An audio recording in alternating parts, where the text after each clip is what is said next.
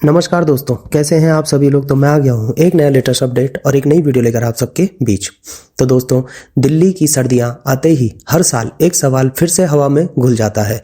क्या इस बार भी सांस लेना मुश्किल होगा? क्या इस बार भी स्कूल बंद होंगे? क्या इस बार भी मास्क हमारी जिंदगी का हिस्सा बन जाएगा?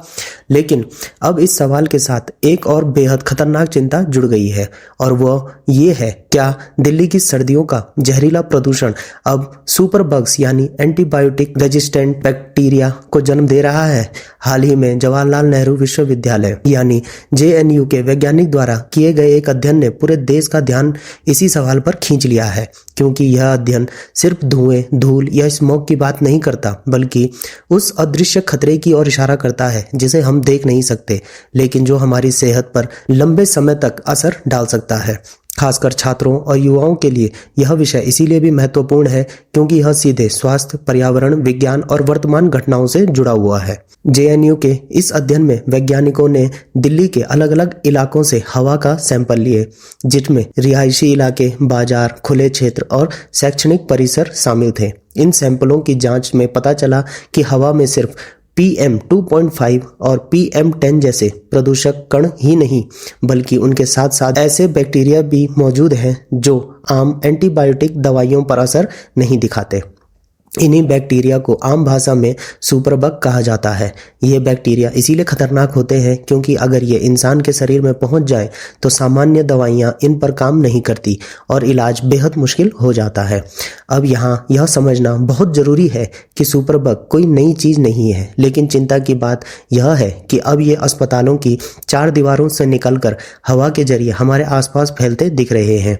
JNU की स्टडी के मुताबिक सर्दियों में जब दिल्ली का AQI बेहद खराब या गंभीर श्रेणी में पहुंच जाता है, तब हवा में इन एंटीबायोटिक रेजिस्टेंट बैक्टीरिया की मात्रा सामान्य दिनों के मुकाबले कहीं ज्यादा पाई गई। इसका मतलब यह नहीं है कि प्रदूषण खुद बैक्टीरिया बना रहा है, बल्कि प्रदूषण ऐसा माहौल तैयार कर रहा है जिसमें ये बैक्टीरिया ज्यादा देर तक हवा में टिके रह सकते हैं और दूर दूर तक फैल सकते हैं।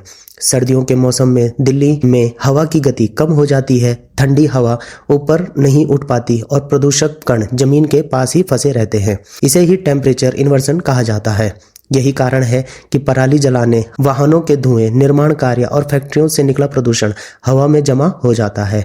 अब वैज्ञानिकों का कहना है कि यही प्रदूषक कण बैक्टीरिया के लिए एक तरह का वाहन बन जाते हैं। ये कण बैक्टीरिया को अपने साथ चिपकाकर हवा में लंबे समय तक तैरने में मदद करते हैं। इस अध्ययन में यह भी पाया गया कि हवा में पाए गए कई बैक्टीरिया मल्टी ड्रग रेसिस्टेंट थे, यानी वे सिर्फ एक नहीं बल्कि कई प्रकार की एंटीबायोटिक दवाइयों के खिलाफ प्रतिरोध दिखा रहे थे। यह स्थिति बेहद खतरनाक है क्योंकि अगर ऐसे बैक्टीरिया किसी कमजोर इम्यून सिस्टम वाले व्यक्ति, बुजुर्ग या बच्चे के शरीर में चले जाएं, तो संक्रमण गंभीर रूप से ले सकता है। छात्रों के लिए यह जानकारी इसीलिए जरूरी है क्योंकि वे अक्सर सार्वजनिक स्थानों, कॉलेज, कोचिंग, बस, मेट्रो और लाइब्रेरी जैसी जगहों पर ज्यादा समय बिताते हैं। अब सवाल उठता है कि क्या हर दिल्ली वासी को सुपरबग्स से डरने की जरूरत है? वैज्ञानिक साफ कहते हैं कि घबराने की जरूरत नहीं है, लेकिन सतर्क रहना बेहद जरूरी है। यह अध्ययन यह नहीं कहता कि हर सांस के साथ आप बीमार हो जाएंगे, बल्कि यह चेतावनी देता है कि अगर प्रदूषण का स्तर ऐसे ही बढ़ता रहा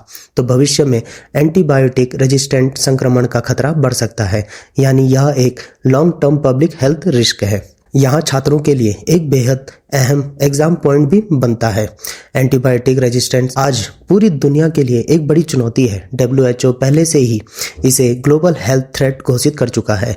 जब बैक्टीरिया बार बार एंटीबायोटिक के संपर्क में आते हैं, खासकर गलत या अधूरा इलाज होने पर, तो वे खुद को बदल लेते हैं और दवाओं पर असर होना बंद हो जाता है। अब अगर ऐसे बैक्टीरिया हवा के जरिए फैलने लगे तो स्थिति और भी गंभीर हो जाती है। JNU की इस स्टडी से एक और अहम बात सामने आती है, पर्यावरण और स्वास्थ्य एक दूसरे से अलग नहीं है। जब हम प्रदूषण को सिर्फ आंखों में जलन या खांसी तक सीमित समझते हैं, तब हम इसकी असली गंभीरता को नजरअंदाज कर देते हैं। हवा का प्रदूषण अब सिर्फ सांस की बीमारी नहीं बल्कि माइक्रोबायोलॉजिकल खतरा भी बनता जा रहा है। यह छात्रों के लिए इंटरडिसिप्लिनरी सोच का बेहतरीन उदाहरण है, जहां बायोलॉजी, केमिस्ट्री, पर्यावरण विज्ञान और करंट अफेयर्स आपस में जुड़ जाते हैं। इस स्टडी का एक बड़ा संदेश यह भी है कि एंटीबायोटिक का जिम्मेदार इस्तेमाल बेहद जरूरी है, भारत जैसे देश में जहां बिना डॉक्टर की सलाह के दवाइयां लेना आम बात है, वहां सुपर बग्स का खतरा बढ़ जाता है। अगर हम प्रदूषण कम करने के साथ साथ एंटीबायोटिक के गलत इस्तेमाल पर भी रोक नहीं लगाएंगे तो आने वाले समय में साधारण संक्रमण भी जानलेवा बन सकता है। सरकार और नीति निर्माताओं के लिए यह अध्ययन एक चेतावनी की तरह है, क्योंकि प्रदूषण नियंत्रण अब सिर्फ पर्यावरण का मुद्दा नहीं बल्कि राष्ट्रीय स्वास्थ्य सुरक्षा का मुद्दा बन चुका है। छात्रों के लिए यह विषय यूपीएससी, एसएससी, स्टेट पीसीएस और अन्य प्रतियोगी परीक्षाओं में पूछे जाने योग्य है, क्योंकि यह सीधे विज्ञान, पर्यावरण और समसामयिक घटनाओं से जुड़ा हुआ है।